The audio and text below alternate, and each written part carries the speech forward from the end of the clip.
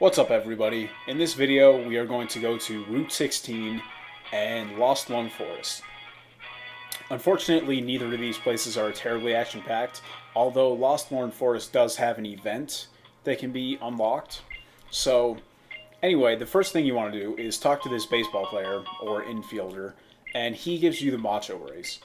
And the Macho Brace is kind of a confusing item to begin with if you don't know what it does.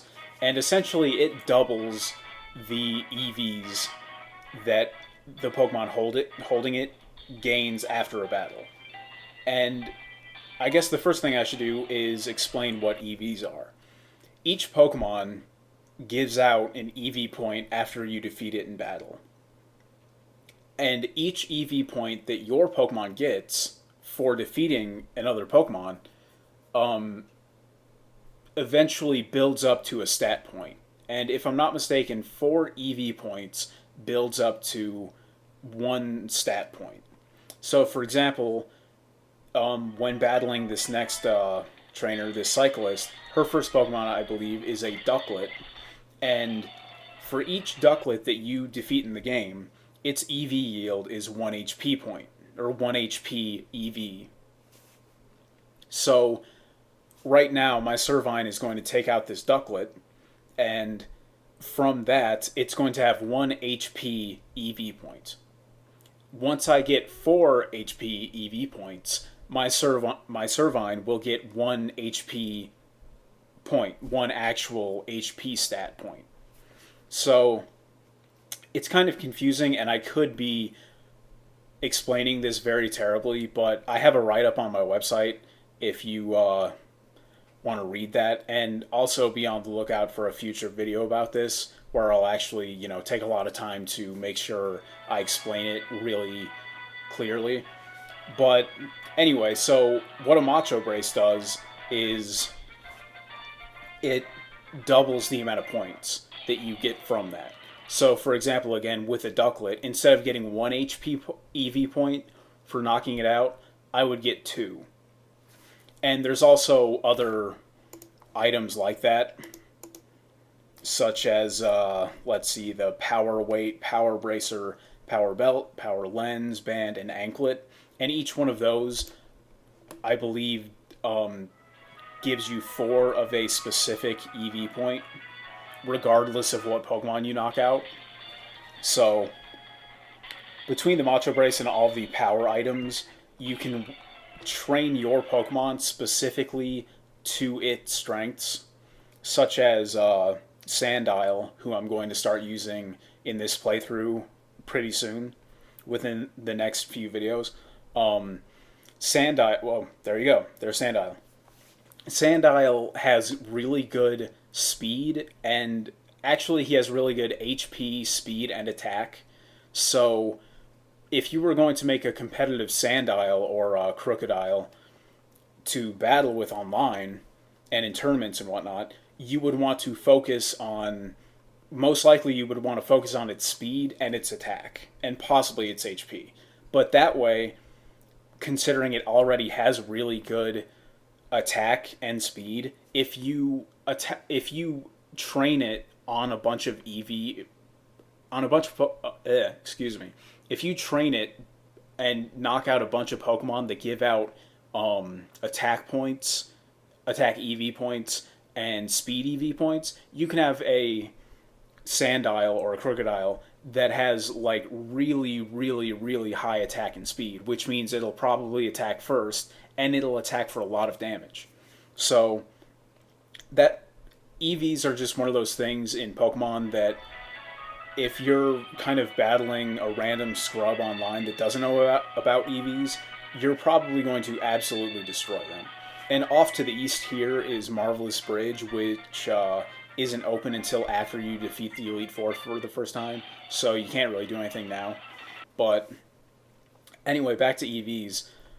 Yeah, it definitely gives you a huge leg up if you're battling against, random people online or random people that you go to school with or your friends or, whoever it is. And the opposite of that, not really the opposite, but the thing that really plays into EVs is IVs. IVs are individual values, and I believe every single Pokemon has an IV for each of its stats, and the IV is 0 through 32, and 32 is the best. So if you have a Pokemon with 32 IVs in every single field, which is next to impossible to get without, using action replay or anything like that, it will have substantially better stats just out of the gate than a Pokemon that has, like one IV stat for each stat. So, and again, I'll probably just go ahead and make an entirely new video out of this, because between IVs and EVs, considering, they're both acronyms and they're, one letter away from each other, like, it gets really confusing. And considering I don't have any, like, diagrams or anything like that on screen, I'll just go ahead and stop talking about it now, because it can get really confusing. So, right there we got a TM for payback.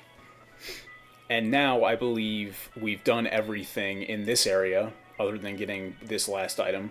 And then after this, we're going to go north into Lostlorn Forest.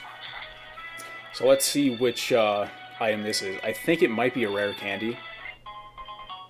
Yeah, there we go. Rare candies are the shit, if you didn't already know. They're pretty amazing. So now we should be going to Lostlorn Forest.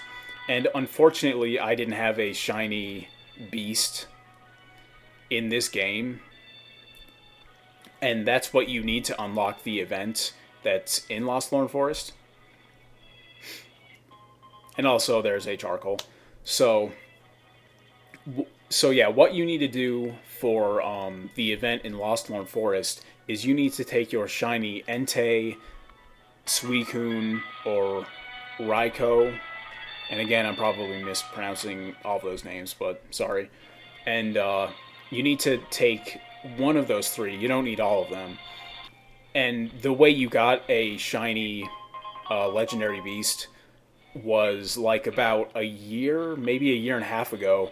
They gave them out at GameStop in America. I don't know how they did it through other means. But then after they gave them out at GameStop, they also did it over Wi-Fi. So I'm pretty sure every nation, every region-coded game should be able to have had a shiny Pokemon. But anyway, so NTSC, NPAL, and Japanese games, all of that. So anyway, what you had to do is talk to that chick with one of those in your party, and I think she would say nothing, and then you would walk outside of the trailer, and then like a few steps out, she would essentially attack you, and it would turn out she was a Zoroark.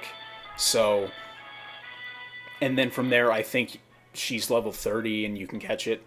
So that's pretty much the only thing you can do in Lostlorn Forest. I think once you get Surf, you can go back there and, Surf and Waterfall. Once you have both of those, you can go ahead and use that to get a few more items, but I don't think there's anything really that worthwhile there. So that's all of Route 16 and Lostlorn Forest, and in the next video, I will go through Route 5. So I'll see you there.